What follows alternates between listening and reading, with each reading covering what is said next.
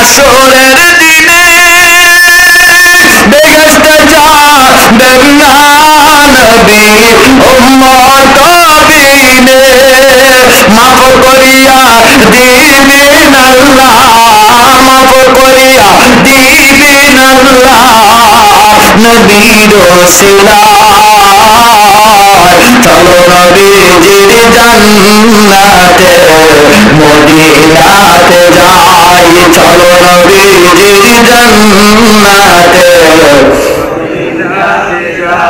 নবীজির গোলামের নবীজির আশিকি কোনো চিন্তা নাই চলো নবীজির জান্নাতে মদিনাতে যাই কে কে যাবি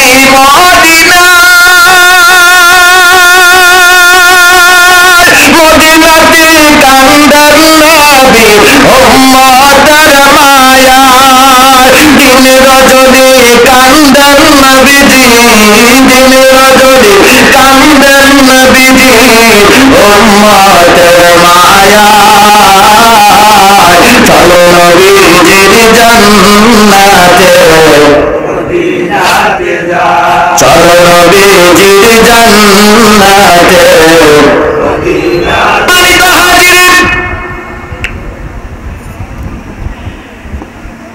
তিনি তার বর্ণনা দিতে গিয়ে বলেন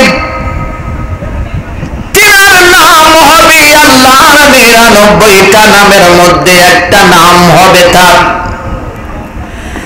দুইটা বাক্যে তার নাম হবে দুইটা বাক্য ইয়া ওয়ারেস ইয়া কথা কয় না ইয়া ওয়ারেস মারহাবা বল তার নাম হবে দুইটা বাক্যের তার নাম হবে আল্লাহর ৯৯টা নামের মধ্যে একটা নাম হুজুর সরকারে আলম বানা পৃথিবীতে আগমন করলেন এই পৃথিবীতে আগমন করার পরে 2 বছর বয়সে কয়েকটা বর্ণনা পাওয়া যায় 2 বছর বয়সে জনম দুঃখী বাবা হাকিম সৈয়দ কোরবান আলী শাহ রহমাতুল্লাহ আলাইহি এই পৃথিবী ছেড়ে আমার সরকারে আলম বানা তিনাকে রেখে হযরতে হাকিম সৈয়দ কোরবান আলী শাহ রহমাতুল্লাহ আলাইহি পরপারের জগতে চলে গেলেন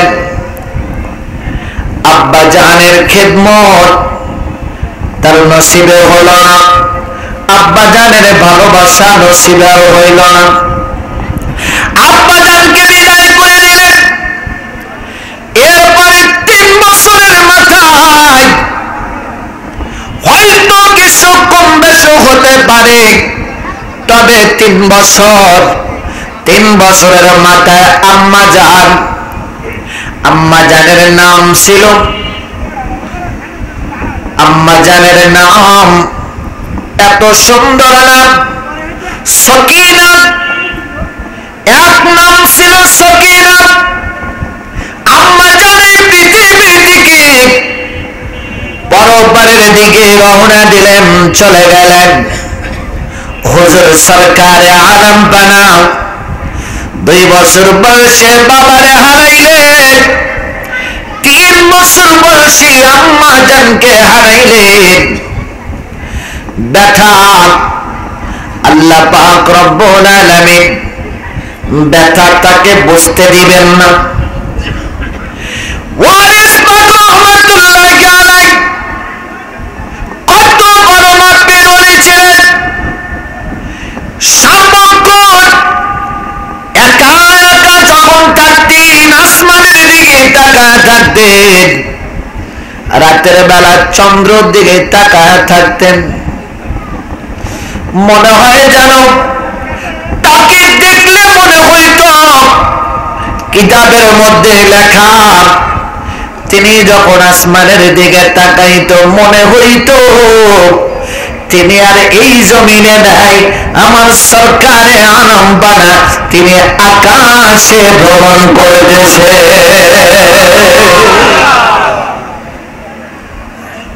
পাওয়ার আছে আছে পাওয়ার, হ্যাঁ সম্মানিত হাজির, আমার ওয়ারিস পাকের ভবিষ্যৎবাণী 100 বছর আগে খবর দিয়ে গেল, আর একজন 200 বছর আগে দাওয়াত শরীফে বুজুর্গ কোন একজন ব্যক্তি আসতো, ওখানে বলতো এইখানে এমন একজন ওলির আবির্ভাব হবে যার আলো, যার খ্যাতি, যার শান আজমত গোটা দুনিয়াতে ছড়িয়ে পড়বে। হুজুর সরকারে আলম বানা তিনি দাদি আম্মার কাছে রয়ে গেলেন, দাদি আম্মা দেখাশোনা করতে লাগলেন। হুজুর সরকারে আলম বানা ছোট ছোট বাচ্চাদেরকে ডাকতেন, বাচ্চাদেরকে নিয়ে খেলার কথা বলতেন। মূলত খেলাটা তার উদ্দেশ্য ছিল না। কিতাবের মধ্যে লেখে হুজুর সরকারে আলম বানা এই বাচ্চাদেরকে খেলার কথা বলে ডেকে নিয়ে আসতো, আর এই খেলার উসলাতে, খেলার অজুহাতে, খেলার মাধ্যমে ছোট ছোট বাচ্চা, গরিব, অসহায়, মিসকিন, অসহায় বাচ্চাদেরকে দান সদকা করতেন, বেশি বেশি দান খয়রাত করে দিতেন। হুজুর সরকারে আলম বানা যখন রাস্তা দিয়ে যাইত, রাস্তা দিয়ে যখন চলত, শত শত মানুষ তার পিছনে পিছনে যাইত। হুজুর থাকতো সামনে, এ কথা বলো না, হুজুর থাকতো সামনে, ভক্তরা থাকতো তার পিছনে। হুজুর সামনে যাইত, অনেক বড় বড় লম্বা মানুষ থাকতো, কিন্তু আশ্চর্যের বিষয় হলো হুজুর সরকারে আলম বানা যখন হাঁটতো, সবার মাথার উপর দিয়ে আমার সরকারে আলম বানার মাথা দেখা যাইত। আরো জোরে কম। এই দুনিয়াতে কারো কাছে তাকে মাথা নত করাবেন না, যেখানে দাঁড়াইতেন সেখানে তেনার মাথা উঁচু হয়ে থাকত।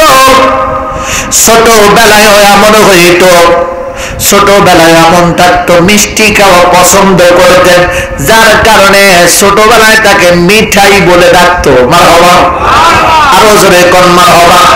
মিঠাই মিয়া বলে ডাকতো। এত সুন্দর আদর্শ ছিল, এত সুন্দর আদর্শ ছিল তার মধ্যে, যে আদর্শ দেখে ছোটবেলা থেকে এলাকার মানুষগুলো যেই দেখতো, তা তিনি বলে দিত এই মানুষটা, এই বালকটা, এই বাচ্চাটা যেমন তেন সাধারণ কোন মানুষ নয়, জগৎ বিখ্যাত একজন ব্যক্তি হবে, ওনার নাম ছড়িয়ে পড়বে। ওনার নাম ছড়িয়ে পড়লো গোটা ভারতবর্ষে। মারহাবা। কোথায় ছড়িয়ে পড়লো? গোটা ভারতবর্ষে। আশ্চর্যের বিষয় হলো আমার সরকারে আলম বানা দাদি আম্মার কাছ থেকে আস্তে আস্তে আনুষ্ঠানিক ভাবে পড়াশোনার কাজ শুরু করলেন। সেখান থেকে বাহ্যিকভাবে এলেম অর্জন করলেন। এরপরে হুজুর সরকারে আলম বানা তিনি পৃথিবীতে আসার আগে 6 পারা, মোটামুটি 30 পারা কোরআনের হাফেজ হয়ে এসেছিল। আরো জোরে কোন মারহাবা। হুজুরের আব্বা জানো কোরআনের হাফেজ ছিল। আরো জোরে কোন মারহাবা। সোনার বাইরা আমার, বাপজিরা আমার, হুজুর সরকারে আলম বানা হযরতে কাজী মালিশা রহমাতুল্লাহ আলাইহি তিনার কাছে বায়াত নিলেন। এরপরে বায়াত নেওয়ার পরে হুজুর সরকারে আলম বানা তিনি হজ করার জন্য রওনা দিলেন কাবা শরীফের পাশে। কাবা শরীফের পাশে যাইয়া দেখে একজন দরবেশ, একজন অনেক বড় নামের একজন মানুষ, যার সাথে পরিচয় হলো। পরিচয় হওয়ার পরে তিনি ডাক দিয়া বলতেছে, তোমার জন্য আমি অপেক্ষা করতেছি, তুমি এত দেরি করে আসছো কেন? তোমার তো অনেক আগে আসার কথা ছিল। মারহাবা। আরো জোরে মারহাবা।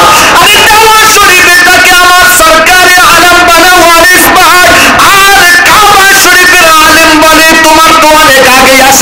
ছিল, দেরি করে ফেলেছ, এত দেরি হয়ে গেছে, এত দেরি হয়ে গেছে। হুজুর সরকারে আলম বানার সাথে কথা বলতে লাগলেন। কথা বলতে বলতে একটা পর্যায়ে হুজুরকে বুকের সাথে জড়ায় নিলেন। মারহাবা বল, আরো জোরে বল মারহাবা। হুজুরকে যখন বুকের সাথে জড়ায় নিলেন, জড়ায় নেওয়ার সঙ্গে সঙ্গে হুজুর কি দেখলেন, কি দেখলেন? ওই আলেম বলতেছে, বাবা তোমার সব কিছু যা আমার কাছে ছিল, তোমার আমানত আমার কাছে ছিল, আমি তোমারে দিয়ে দিলাম। দিয়ে দেওয়ার পরে ওখানে বসলেন। বসার পরে তাৎক্ষণিক ভাবে এই দরবেশ আল্লাহর ওলি, অনেক বড় মাপের আলেম, ওনার নামটা আমার ডায়েরিতে লেখা আছে, নামটা স্মরণ হচ্ছে না। তো উনার সাথে উনি যখন মোলাকাত করে বুকের সাথে সিনায় সিনা লাগানোর পরে ছেড়ে দিলেন, দেওয়ার পরে তাৎক্ষণিক ভাবে উনি এই পৃথিবী ছেড়ে চির বিদায় নিয়ে সম্মানিত হাজির, গভীর মনোযোগ, হযরতি সরকারে আলম বানান ইমাম সৈয়দ হাজী হাফিজ আলাইহিস রাহমাতুল্লাহ আলাইহি, তিনি ওখান থেকে চলে আসলেন মদিনায়। আমার দয়াল নবী কামলিওয়ালা রাহমাতুল লিল আলামিন সরকারে দু আলম নবীজির দরবারে আমার ওয়ারিস পাকটাকে, আমার ওয়ারিস পাকটাকে ভারতে যাওয়া শরীফে আর অপেক্ষা করে তার জন্য খানায় কাবার পাশে। কথা বলেন ঠিক কিনা? আরো জোরে কোন ঠিক কিনা? ওয়ারিস পাক তিনি বলেন, আমি যেই বস্তু, যেই জিনিসটা দেখার জন্য এত দূর আসলাম, আমি কাবা শরীফের পাশে এসে আমি আমার কাবা শরীফের মালিকের দর্শন পাইলাম। আরো জোরে কোন মারহাবা, আরো জোরে বলেন মারহাবা। তিনি কত বড় মাপের ওলি! মুর্শিদ নামজার হৃদয় ভরা, তার ভরা কি যাইরে মারা, ওই নামেরই পাগল যারা রে,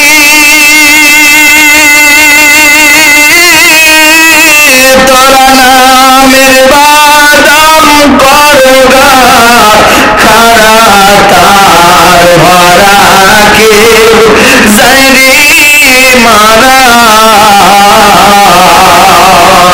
রোশন নামজার হৃদয় ভরা, তার ভরা কে যাইরে মারা।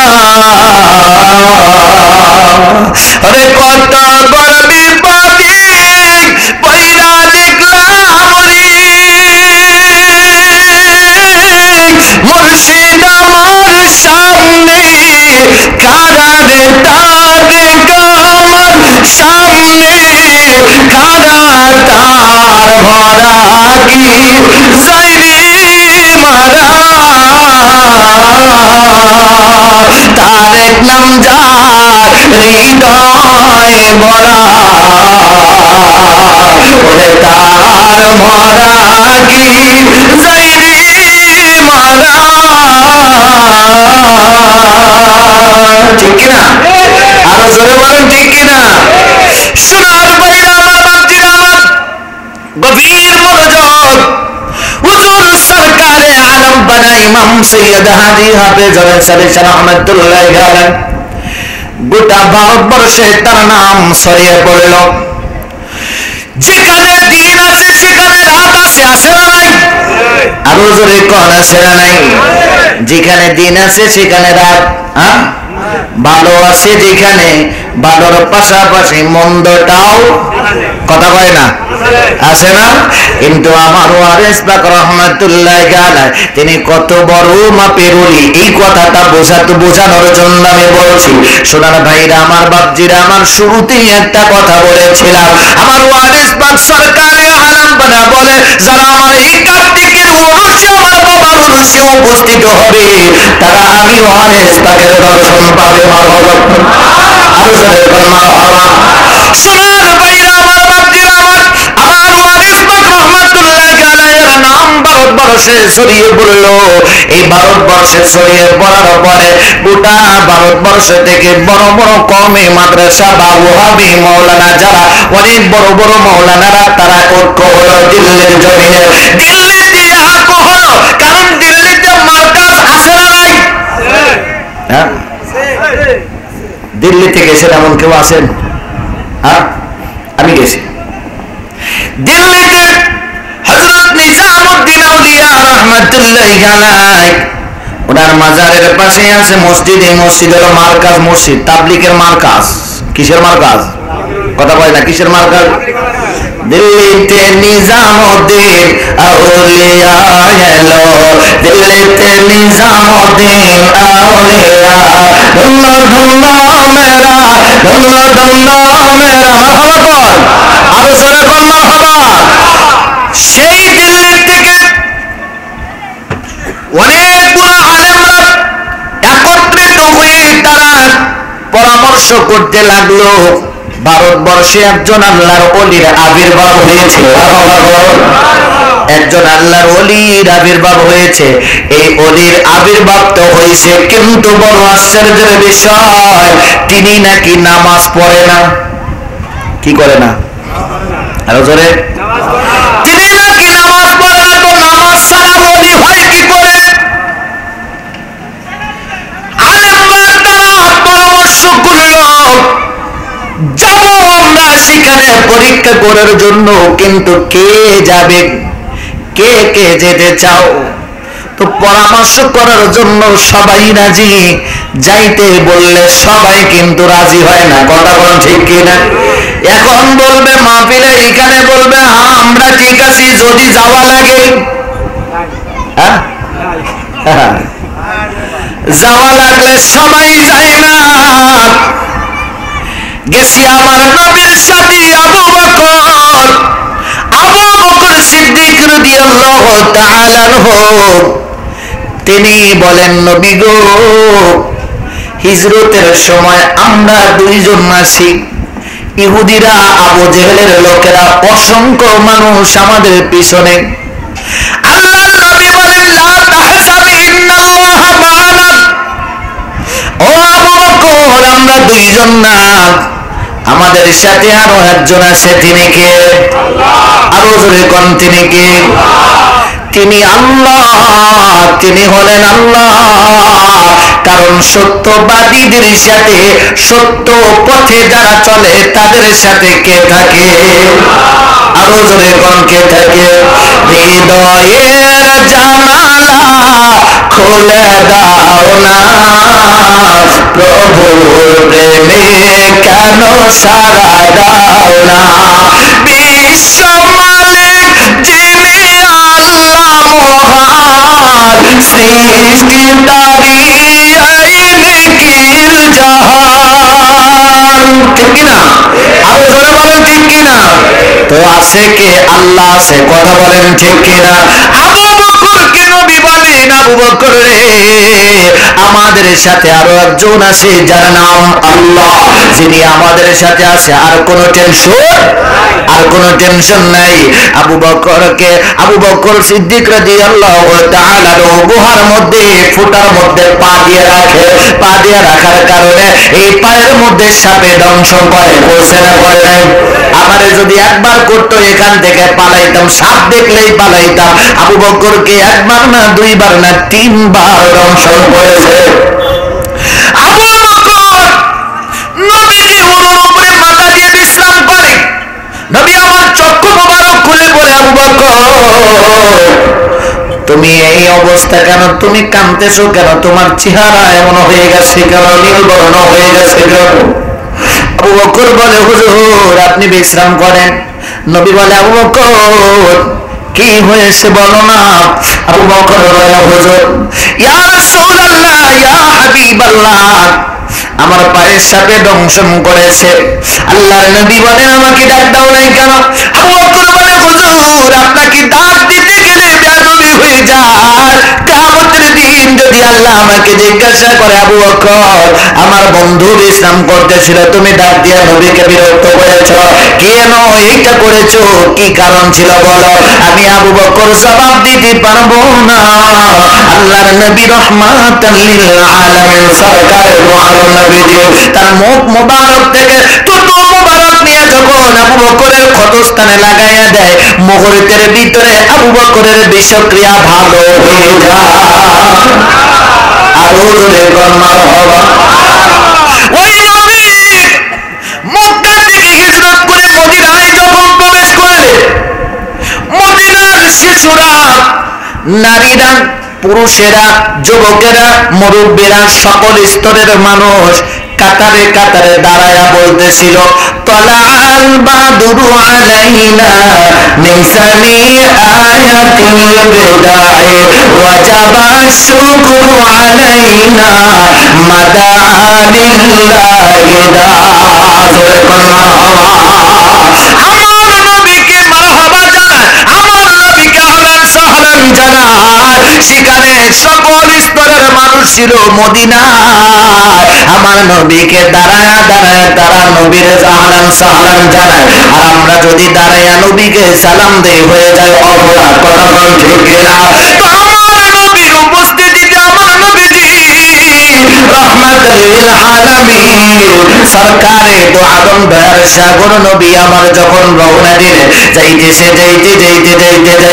এই মদিনাবাসীরা তারা বলতেছে, সবাই বলে নবী ও নবী ও নবী ও রহমাতুল লিল আলামিন দয়ার সাগর নবী আমার, আপনি আমার ঘরে আসেন, আমার বাড়িতে আসেন গো নবী, আমার বাড়িতে আসেন, আমার বাড়িতে আসেন। সবাই নবীকে দাওয়াত করে, সবাই নবীকে দাওয়াত করে, নবী আমার বাড়ি আসে, নবী আমার বাড়ি আসে। আমার হুজুর কেবলা এলাকায় আসলে মন চায় একটু হুজুর কেবলারে ঘরে নেই। কথা বল ঠিক কিনা? মন চায় না, চায় না? আরে আওলাদে রাসূল, আমার নবী বলেন, আমার আওলাদকে ভালোবাসলেই আমাকে বাবা হবা গো। আরো জোরে কন্মার হবা। আওলাদে রাসূলের মহব্বত যদি কলিজায় থাকে আর কোনো টেনশন তার দরকার নাই। কথা বল ঠিক কিনা? সোনার ভাইরা, আমার বাপজিরা, আমার গভীর মনোযোগ লাগাইতে হবে। আমার নবী সরকারে দো আলম নবী রহমাতুল লিল আলামিন দয়ার সাগর নবী আমার সামনের দিকে যাইতেছে। সবাই বলে হুজুর আমার বাড়ি আসেন, হুজুর আমার বাড়ি আসেন। আমার নবী রহমাতুল লিল আলামিন আপাতত একটা জায়গায় অবস্থান করলেন। এই জায়গাতে অবস্থান করে মদিনাবাসীরা সবাই আসে আমার নবীজিকে আহলান সাহলান জানানোর জন্য, নবীজির সাথে দেখা করার জন্য আসে। কিন্তু আমার নবীর একজন সাহাবী, যার নাম আবু আইয়ুব আনসারী রাদিয়াল্লাহু তাআলা আনহু, তিনি আসে না। আমার নবীজির সাহাবারা অনেক লোকেরা জিজ্ঞাসা করে তাকে, ভাই আবু আইয়ুব আনসারী, সবাই যায় নবীকে দেখার জন্য, সবাই যায় নবীর প্রেমে পাগল হইয়া, নবীর মহব্বতে, নবীর নূরানি চেহারা মোবারকটা দেখার জন্য সবাই দলে দলে যায়। ও ভাই আবু আইয়ুব আনসারী, বলো না তুমি কেন যাও না, কারণটা কি বলো তো? আবু আইয়ুব আনসারী বলে, প্রশ্নের জবাব দিতে হবে না, প্রশ্নের জবাব দেওয়ার জন্য আমার দয়াল নবী আইসা গেছে।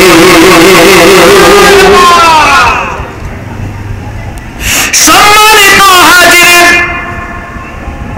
গভীর মনোযোগ। আল্লাহর নবীর সাহাবী হযরতে আবু আইয়ুব আনসারী রাদিয়াল্লাহু তাআলা আনহু বলতে লাগলেন, আমার যেতে হবে না, সময় মতো দয়াল নবী আমার এই তালাশ করে নিবি। কেমন নবী, কোন নবী? আবু আইয়ুব আনসারী বলে, যখন প্রয়োজন হবে আমি আবু আইয়ুব আনসারীকে ডাকবে, তিনি তালাশ করবেন। আবু আইয়ুব আনসারী না যায়া তার ঘরটা সুন্দর করে পরিষ্কার করতেছিলেন। আমার নবী ডাক দেয়, সাহাবীরা রে, এত মানুষ দেখি আমার আবু আইয়ুব আনসারীকে দেখি না কেন? আবু আইয়ুব আনসারীর কাছে খবর যায়, আবু আইয়ুব আনসারী রে, তোমার তো দয়াল নবী তালাশ করেছে। আবু আইয়ুব আনসারী আয়েশা নবীর কদমে হাজিরা দেয়, লাব্বাইক ইয়া রাসূলুল্লাহ ইয়া হাবিবাল্লাহ, ও গো মায়ার নবী,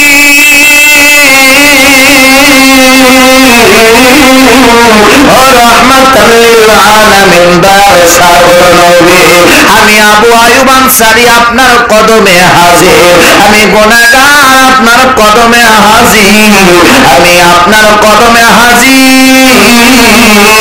আমার দয়াল নবী ডাক দিয়া কয়, আবু আইয়ুব আনসারী রে, ও আবু আইয়ুব আনসারী, আমার ঘরটা কোথায়? আমার ঘরটা আমারে দেখাইয়া দাও। আরো জোরে, কার ঘর? কথা কয় না, কার ঘর? হ্যাঁ, নবী কয়, আবু আইয়ুব আনসারী রে, আমার ঘরটা কোথায়? আমার ঘরটা কোনটা? আমারে দেখায়া দাও। আমার দয়াল নবীর সাহাবী বলে, হুজুর, এই যে দোতলা বিশিষ্ট একটা ঘর, এই ঘরটা আপনার জন্য, এই ঘরটা আপনার, আপনি রহমাতাল লিল আলামিন দয়ার সাগর নবীর নামে রেজিস্ট্রি করা। আস্তে কর, শুনবে। যেভাবে কথা করছেন তাতে মনে হচ্ছে যে এই কথাগুলো বাইরে যাওয়া যাবে না। এর সাইডে দুইজন মহিলাকে ঝগড়া লাগাই দিলে সেটা আসতে হইতো। হ্যাঁ, সম্মানিত হাজিরিন, গভীর মনোযোগ। আমার দয়াল নবী, মায়ার নবী, রহমাতাল লিল আলামিন দয়ার সাগর নবী আমার আবু আইয়ুব আনসারীকে বলে, আবু আইয়ুব আনসারী রে, আমার ঘরটা কোথায়? ঘরটা দেখাইয়া দাও। ঘরে চলে গেল। নবী আমার ডাক দেয়, আবু আইয়ুব আনসারী রে, ঘরটা তো দেখাইলাম, তবে ঘরটা যে আমার, এই ঘরটা যে আমার, এই ঘরের যে রেজিস্ট্রি হয়েছে, এই রেজিস্ট্রি করার ডকুমেন্টটা কোথায়? এই রেজিস্ট্রি করার দলিলটা কোথায়? আচ্ছা বলেন তো, ওই সময় কি কাগজের দলিল ছিল? হ্যাঁ, দলিল ছিল। আগে তো ওই সময় তো মানুষ কইতো যে ওই জমিটা তুমি খাওয়া, হ্যাঁ, রেজিস্ট্রি করা লাগতো। এখন রেজিস্ট্রির জমি তো জমিও টেকে না। আর আগে জবান দিয়ে কইতো, জবানই ঠিক ছিল। কথা বল ঠিক কিনা? ঠিক থাকছে না, থাকে নাই? হ্যাঁ, আর এখন জবান তো অনেক দূরের কথা, রেজিস্ট্রি করা, সাইন দেওয়া, টিপ দেওয়া, এই দলিলও টেকে না। কথা বল ঠিক কিনা? কত ঝামেলা আছে না নাই? আমার নবী কয়, আবু আইয়ুব আনসারী রে, ঘর তো আমার, কিন্তু ঘরের দলিল কই? দলিল ছাড়া কেমনে ঘরে থাকি রে? আবু আইয়ুব আনসারী সুন্দর করে সুকেশ বা সুন্দর জায়গা থেকে একটা পত্র বের করলেন, দলিল বের করলেন। দলিলটা আমার নবীর কাছে দেয়। আমার নবী দেখে দলিলের মধ্যে লেখা, ইয়ামিনের বাদশাহ তুব্বে আউয়াল হুমায়রা অথবা হুমায়রি, তিনি এই পত্রের মধ্যে লিখেছে, মায়ার নবী গো, ইয়া রাসূলুল্লাহ, ইয়া হাবিবাল্লাহ, দয়ার সাগর নবী আমার, আপনি দুনিয়ার বুকে আগমন করবেন, ওই সময় আমি তো থাকতে পারবো না গো নবী। ও নবী, তবে আমি আপনার প্রতি কবুল করে নেবেন। জয় মারহাবা। কঠিন হাসরের দিনে বেহেশতে যাবেন না নবী, উম্মত বিনে মাফ করিয়া দিবেন আল্লাহ, মাফ করিয়া দিবেন আল্লাহ, নবীর ওসিলা চলো নবীজির জান্নাতে মদিনাতে যাই, চলো নবীজির জান্নাতে নবীজির গোলামের নবীজির আশিকি কোনো চিন্তা নাই, চলো নবীজির জান্নাতে মদিনাতে যাই। কে কে যাবি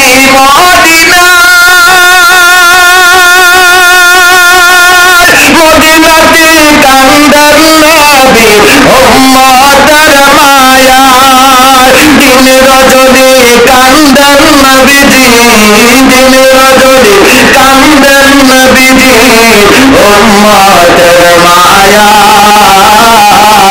চলো নবীজির জান্নাতে চলো নবীজির জান্নাতে চলো নবীজির জান্নাতে। সোনার ভাইরা আমার, বাপজিরা আমার, গভীর মনোযোগ।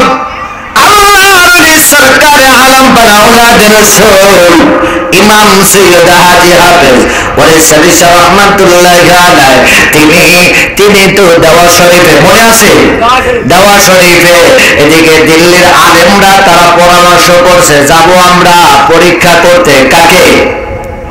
কথা কয় না, আরো জোরে কম, আরো জোরে। ওয়ারিস পাককে পরীক্ষা করার জন্য যাবে। এখন এই দিক থেকে তারা চিন্তা করতেছে কে কে যাবে, কে কে যাবে। তিনজন মতান্তরে পাঁচজন সিদ্ধান্ত নিল। এই শত শত আলেমদের মধ্য থেকে পাঁচজন আলেম সিদ্ধান্ত নিল যে আমরা পাঁচজন যাব। এই পাঁচজন দিল্লি থেকে টেনে চড়ে রওনা দিয়েছে। আমার ওয়ারিস পাক রহমাতুল্লাহ আলাইহি তিনার একজন খাদেমকে ডাক দিয়ে বলে, বাবা রে দেরি করবি না, তাড়াতাড়ি যা, তাড়াতাড়ি যা, বাবাকে স্টেশনে দেখবে। এই যে পাঁচজন হাত দেখা বলেন, এই যে পাঁচজন হুজুর দেখা যায়, এই পাঁচজন রে তুমি রিসিভ করে তোমার গাড়িতে করে নিয়ে আসবা। তিনি চলে গেল ওখানে যে স্টেশন দাঁড়াতেই দেখা হয়ে গেল পাঁচজন আলেমের সাথে। পাঁচজন আলেমকে দেখে চিনে ফেলেছে। পাঁচজন আলেমকে দেখার সাথে সাথে বলে, আসেন আপনারা যেখানে যাবেন সেখানে নিয়ে যাব। তার আলেমরা বলতেছে আমরা কোথায় যাব আপনি কি জানেন? বলে টেনশন নাই, আপনারা যেখানে যাবেন সেখানে নিয়ে যাব। আলেমরা বলে আমরা কোথায় যাব আপনি জানেন কেমনে, বা আপনি কোথায় নিয়ে যাবেন আমাদের? তিনি বলেন যেখানে যাবেন সেখানে নিয়ে যাব। টেনশন নাই। তারা চিন্তা করলো তাহলে এখান থেকেই আমরা এই চাচারে একটু পরীক্ষা করে দেখি আসলে তিনি আমাদের কোথায় নিয়ে যায়। এই বলে তারা যখন রওনা দিয়েছে গাড়িতে করে, দেওয়া শরীফের গেটে যাইয়া দেখে তারা একজন আর একজন রে বলে আমরা তো এই জায়গাতে আসতেছিলাম। আরো জোরে। সোনার ভাইরা আমার, বাপজিরা আমার, গভীর মনোযোগ। আমার দয়াল মুর্শিদ কিবলা আব্বাজান, আমার দাদা হুজুর কিবলা আওলাদ রাসূল হযরত ইমাম সৈয়দ আবুল খায়র মোহাম্মদ ওহীদ শাহ ওয়ারিসি রহমাতুল্লাহ আলাইহি যেন তেন ওলি ছিল। হ্যাঁ, আওয়াজ থামে গেল কেন? যেন তেন ওলি ছিল কি? হ্যাঁ, কত বড় মাপের ওলি, কত বড় মাপের ওলি, যার ওফাত মুবারকের সময় সারা দেশের সকল ভক্তদের টেলিফোন সারা জানাইয়া যায়। কথা হয় না, আরো জোরে কম, আরো জোরে। সোনার ভাইরা আমার, বাপজিরা আমার, দাদা হুজুর কিবলার কাছে আলেমরাও পরীক্ষা করার জন্য আসতো। আপনারা অনেকেই জানেন, যারা বয়োজ্যেষ্ঠ আছেন, সিনিয়র আছেন, আপনারা জানেন দাদা হুজুর কিবলার কাছে আসতো। এই আসার সময় তারা চিন্তা করতো প্রশ্ন করব দাদা হুজুরের কাছে। দাদা হুজুরের কাছে প্রশ্ন করবে যাইয়া দেখে দাদা হুজুর বসে দেখে ভক্তদেরকে নিয়ে আলোচনা করতেছে। যখন আলোচনা করি এই পরীক্ষা কর্মেওয়ালারা যাইয়া দেখে আমরা যে প্রশ্ন করব এই প্রশ্নের জবাবটাই তো তিনি দিতেছে। আরো জোরে কর, আরো জোরে। আরে আমার মুসলমানেরা দেখতে পায় না, পায় না? আরো জোরে বলেন, দেখতে পায় না, পায় না? আমার দাদা হুজুর কিবলা আজকের মাহফিলে শরীক আছে না নাই? আরো জোরে কর, আছে না নাই? আধ্যাত্মিক ভাবে রূহানি হালতে সকল ওলিরা ওলিদের মাহফিলে উপস্থিত হয়। কথা বল ঠিক কিনা? আরো জোরে কোন ঠিক কিনা? এখন দাদা হুজুর কিবলার কাছে গেলে দাদা হুজুর কিবলার কাছে যেই কথার জন্য যাওয়া হয়, যাইয়া দেখে সেই কথাই আলোচনা করে দিছে। একদিন আসলাম অনেক দিন আগে হুজুর কিবলার কাছে, মনে মনে ভাবতেছিলাম হুজুর কিবলা কোরআন শরীফ পড়ে, আমি তো পড়ছি ওহাবি মাদ্রাসায়। এখন আমি তো সেখান থেকে আমি জানছি একজন পীর হতে গেলে 6টা গুণ লাগে। কয়টা গুণ? আরো জোরে কোন কয়টা গুণ? 6টা গুণ লাগে। এখন 6টা গুণ লাগে, এই 6টা গুণের মধ্যে একটা গুণ হলো তাফসীরে জালালাইন পড়াইতে জানা লাগবে, মানে পড়তেও পারা লাগবে, আবার পড়াইতে পারে। কথা কয় না? হ্যাঁ, আমি চিন্তা করলাম হুজুরের কাছে যাইয়া একটু প্রশ্ন করব, এইরকম ধরনের কিছু প্রশ্ন করব। কিন্তু এই অবস্থায় আমি হুজুরের কাছে এসে দাঁড়াতে হুজুর আমারে জিজ্ঞাসা করছে। প্রথমে আমি দাঁড়াতে প্রশ্ন করি নাই, আমারে দাঁড়ানো দেখেই জিজ্ঞাসা করে কি প্রশ্ন করো বা করো। কি করে? হ্যাঁ, কি প্রশ্ন করো বা করো। আমি তো আশ্চর্য বিষয় কি, আমি যে প্রশ্ন করতে আসতেছি আমি তো একা একা, আমি তো কাউরে বলি নাই। খবর হয়ে গেছে, এই খবর আমার আল্লাহ তাদেরকে জানায় না? জানায় না? ওলি আল্লাহদেরকে জানায়। ওলি আল্লাহদের কাছে ইলহাম আছে না নাই? হ্যাঁ, তাদের সিনা কাশফের মাধ্যমে দেখতে পায় না, পায় না? আরো জোরে কোন পায় না, পায় না? তারা দেখতে পায়, দেখতে পায়। সোনার ভাইরা আমার, বাপজিরা আমার, গভীর মনোযোগ লাগাইতে হবে। আমি তখন জিজ্ঞাসা, আমি তখন আর কথা বলতে পারি না। আমি বললাম যে আমি প্রশ্ন করতে আসবো, যখন এইটা জানতে পারছে তাহলে তো আমি কি প্রশ্ন করব এটাও জানেন নাকি? কথা কয় না? জানে না? জানে না? সোনার ভাইরা আমার, বাপজিরা আমার, আমি অনেক সময় রাতের বেলা কিতাবাদি পড়াশোনা করি, অত্যধিক পড়াশোনা করি। এটা আমার হুজুর কিবলার নির্দেশ। যখন আমি কিতাবাদি পড়াশোনা করি এই অবস্থায় অনেক সময় আমি প্রশ্ন নিয়ে কিছু কিছু হাদিস বা কিছু কিছু ব্যাখ্যা নিয়ে অনেক খটকার মধ্যে পড়ে যাই, মানে সমাধান বের করতে পারি না। হঠাৎ অনেক দিন এরকম ঘটেছে আমার জীবনে, অনেক সময় হঠাৎ করে হুজুর কিবলার ফোন, আমি চিন্তিত হয়ে পড়েছি। হুজুর কিবলার ফোন রিসিভ করছি, ফোন রিসিভ করার সাথে সাথে বলে এত টেনশন করো কেন, এত চিন্তা করো কেন, কি খুঁজতেছো, পাচ্ছ না? বলে আব্বু এই জিনিস আমি খুঁজতেছি, হাদিসটা খুঁজতেছি বা এই মাসালাটা খুঁজতেছি। বলে এত খোঁজার কি আছে, দেখো অমুক কিতাবে অমুক নাম্বার পৃষ্ঠায় অমুক লাইনে আছে। আরো জোরে বল, আরো জোরে। আমি হিসাব করে দেখি 6টা গুণের একটা গুণ যদি জালালাইন শরীফ পড়তে পারা যায়, পড়নেওয়ালা পড়ানেওয়ালা হইতে হয়। আমার মুর্শিদ কিবলার আমি দেখেছি, আমি কিতাব নিয়ে তাফসীরে জালালাইন সহ অন্যান্য কিতাব নিয়ে বসে আছি, আমার হুজুর কিবলা সাজাদপুর থেকে ফোন করে বলে দেয় দেখো অমুক কিতাবে অমুক লাইনে হাদিসটা আছে। তুমি কোন বাদেশে রইলা রে রওশন, তুমি কোন বাদেশে রইলা রে রওশন, তোমায় না দেখলে বাঁচে না আমার প্রাণ, তোমায় না দেখলে বাঁচি না আমার প্রাণ, তুমি কোন বাদেশে রইলা রে রওশন দয়াল তোমার লাগিয়া যোগিনী সাজিব সেই পাদিব আমার মন প্রাণ, আমি সেই পাদিব আমার মন প্রাণ, তুমি কোন বাদেশে রইলা রে রওশন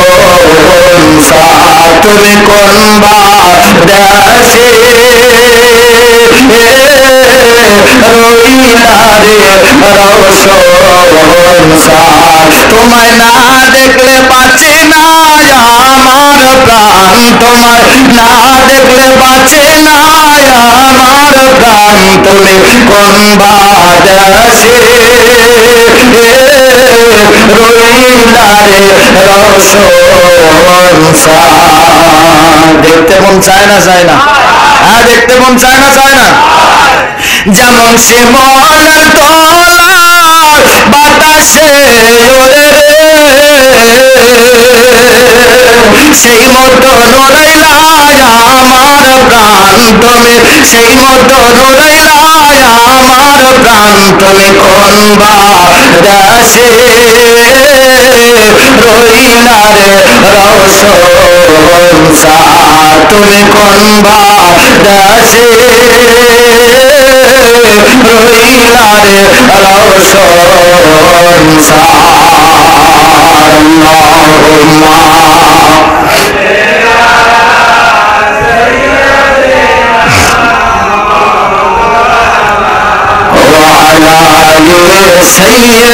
সাইয়্যিদিনা সম্মানিত হাজিরিন গভীর মনোযোগ হুজুর সরকারে আলম বানার দরবারে উপস্থিত হইলেন। এরপরে দুইজন বাইরে ভিতরে ঢুকলেন, দুইজন অথবা তিনজন বাইরে দুইজন ভিতরে ঢুকলেন। ভিতরে যাইয়া দেখে হুজুর সরকারে আলম বানা আলোচনা করতেছে। এই আলোচনার মধ্যে ভক্তবিন্দুরা আলোচনা শুনতেছে।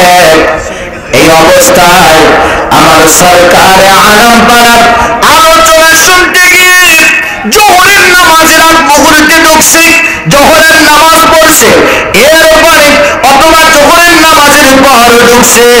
জোহরের নামাজের পর ঢোকার পরে আলোচনা শোনার পরে দেখে হুজুর কিবলা ইমামতি করলেন, আসরের নামাজের নামাজ আদায় করলেন, মাগরিবের নামাজ আদায় করলেন, ঈশার নামাজ আদায় করলেন।